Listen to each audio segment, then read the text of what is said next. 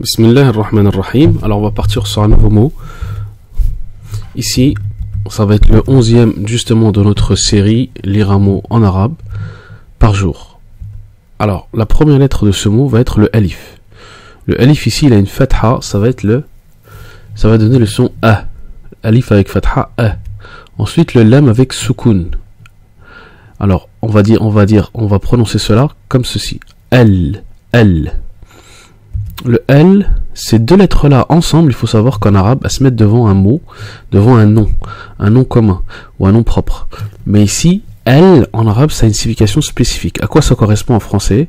Ça correspond aux adjectifs ou aux lettres de définition. Le pour le masculin, la pour le féminin et les pour le pluriel. Tu diras le ciel, la lune, les véhicules par exemple. Alors ici en français on a besoin de trois adjectifs différents, trois outils différents, le, la, les. En arabe ces trois là vont se matérialiser dans L, tout simplement. Lorsqu'on met L devant n'importe quel mot, qu'il soit masculin, féminin au pluriel, ça va rendre ce mot là défini. Tu dis livre indéfini, le livre défini. Donc on dira kitabun al-kitabu. C'est à ça que ça sert.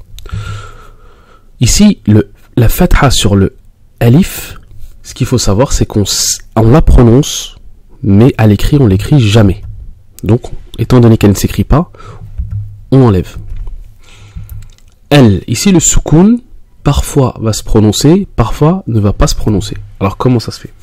Il faudra regarder la première lettre qui va apparaître après le alif ou lam. Ici, la première lettre, en l'occurrence dans cet exemple, dans ce mot, c'est le lettre ba. Ici, est-ce qu'on va mettre...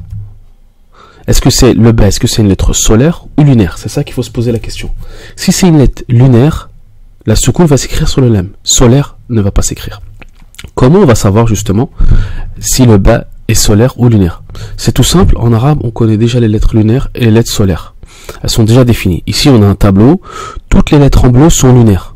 Et toutes les lettres en jaune sont solaires. Yani qamariya, shamsiya. Si vous avez déjà entendu ça, ça correspond à cette règle-là en arabe. Les lettres lunaires solaires, al-huruf al-shamsiya, al-huruf al-qamariya. Ici, le bas, il se trouve où? Il se trouve ici. Donc, il est en bleu, il est entouré en bleu. Donc, ça veut dire que le bas est lunaire. Qamari. On est d'accord? Étant donné cela, étant donné qu'on le sait, ça va, qu'est-ce que ça va donner? Ça va donner que le soukoun sur le lam va s'écrire. Donc moi je t'invite, si tu veux tout savoir sur les lettres lunaires et solaires, à télécharger le PDF que tu trouveras en description de cette vidéo. Tu verras, il y a les 7 étapes pour apprendre à lire l'arabe en débutant de zéro. Donc, étant donné que le ba est lunaire, automatiquement, la soukoun s'écrit et se prononce sur le lam. On dira alb, d'accord? Ensuite, il faut bien une haraka, une voyelle sur le ba. Le ba ici, il a une damma, bou. On dira al-bou. N'oublie pas que la fatha ne s'écrit pas sur le alif. Ensuite, deux autres lettres après ces trois premières lettres. On aura le ha et le waou en rouge. Le ha et le waou. Ici, le ha, comment on le reconnaît? Après le ba, il a aucun point. Donc, il y a trois lettres qui se ressemblent ici et qu'on va différencier avec le point. Le ha n'a aucun point. Ensuite, qu'est-ce qu'on remarque? Le waou ici, il est en rouge. Pourquoi? Parce que ici, c'est une des trois lettres de prolongation. Donc, qu'est-ce qu'on en déduit? Que la haraka sur le ha va être automatiquement et obligatoirement et tout le temps la damma. Hou. D'accord? Puisque le waou prolonge le son de cette damma, de cette voyelle ou. Donc, comment on va prononcer? Hou. Le ha avec damma hou. Et quand on prolonge, hou, hou, hou. Voici la différence. Donc, si on lit depuis le début, ça va faire el, bou, hou. Et la dernière lettre de ce mot, ça va être la lettre ra, qu'on va différencier justement.